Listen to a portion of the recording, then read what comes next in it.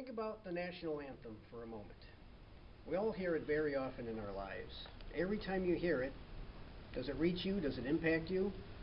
There is no right or wrong answer. There are only honest answers. We play it before every sporting event, and every member of the crowd hears the song and just reacts naturally. Nobody forces himself to feel one way or the other. There's no discipline involved. It's just what's in your gut. There's no right or wrong. There's only honesty. Some people always feel it. Maybe for the son of a soldier who was stationed overseas. He hears the anthem, and every single time he thinks about his father and how Dad was probably up at 4:30 this morning, maybe humming the anthem pleasantly as he shook last night's sand out of his blanket. And the son figures, well, the least I can do during the anthem is stand up straight or something. But I know there's also a student who feels differently. Not worse, just different. You see, every other night this week, she has either been writing papers or working at KFC, and jumping around at this basketball game is her only outlet, her only release from the pressures of holding on to that B average that she worked so hard to get up to. Because, hey, it may only be a bumper sticker to you and me, but 2 years ago, my parents got that bumper sticker from Madison Middle School in the mail, and since they slapped that little guy in the back bumper of their van, they haven't called me stupid once.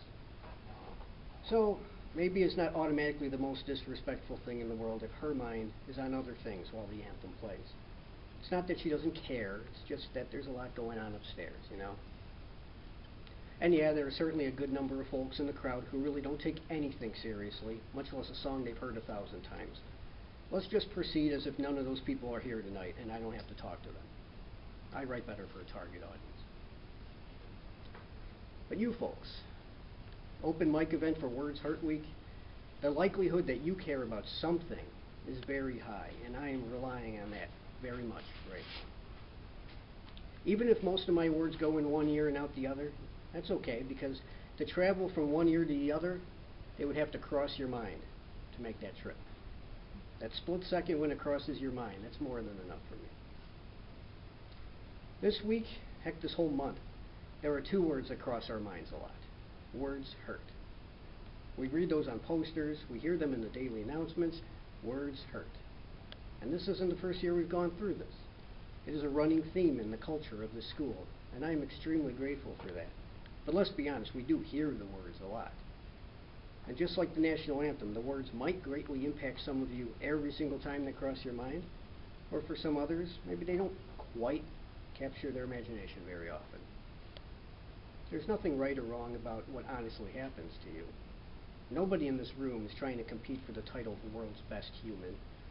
We wish we didn't have to have a Words Hurt Week every year, but the fact of the matter is that we owe it to ourselves to try to convince the people that are wrong about this that we are right about this. Yes, words actually do hurt. Yes, they can make fragile people break. But you already knew that. You've always known that.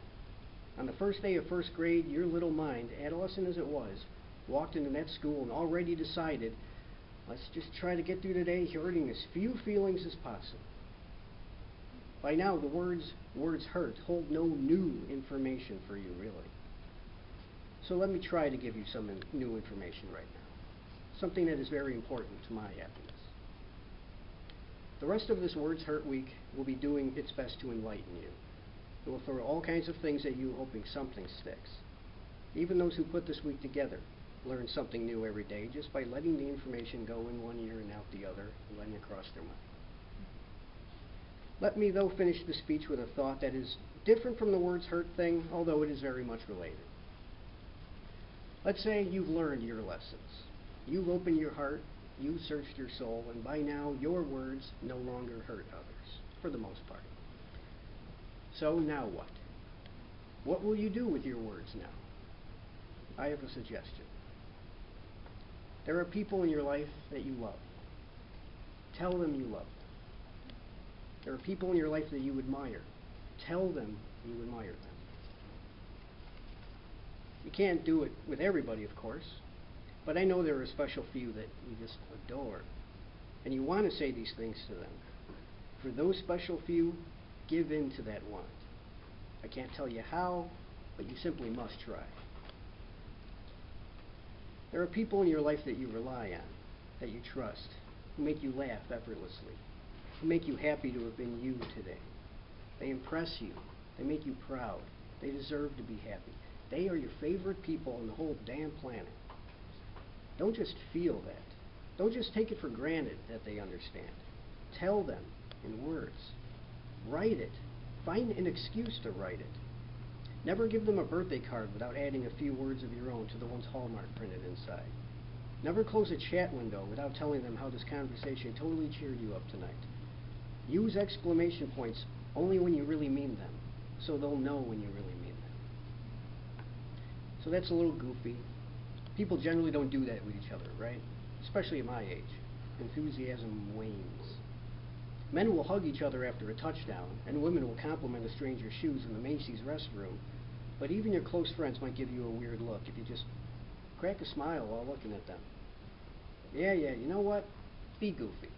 It's the right thing to do.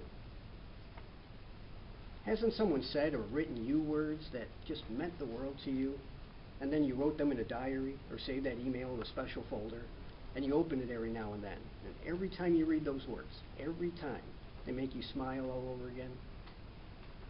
The people you love and admire will do that with your words. I promise you.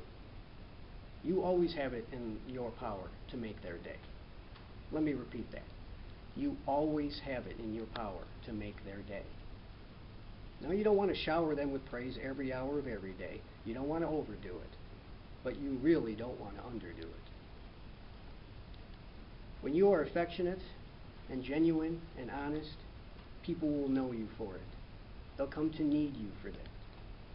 And when you are feeling down and your heart is breaking, guess who will be there to cheer you up? Guess who will move mountains to be there for you? And they will, because your words have been echoing in their heart every day. They've known you long enough. They understand you and how affectionate and genuine you always are. They no longer look at you weird when you tell them that their friendship is one of the success stories of their life. You will grow old together speaking wonderful things to one another. And having that kind of relationship, even with just one or two people, will make every other human relationship easier, because it will make all the words in this world that hurt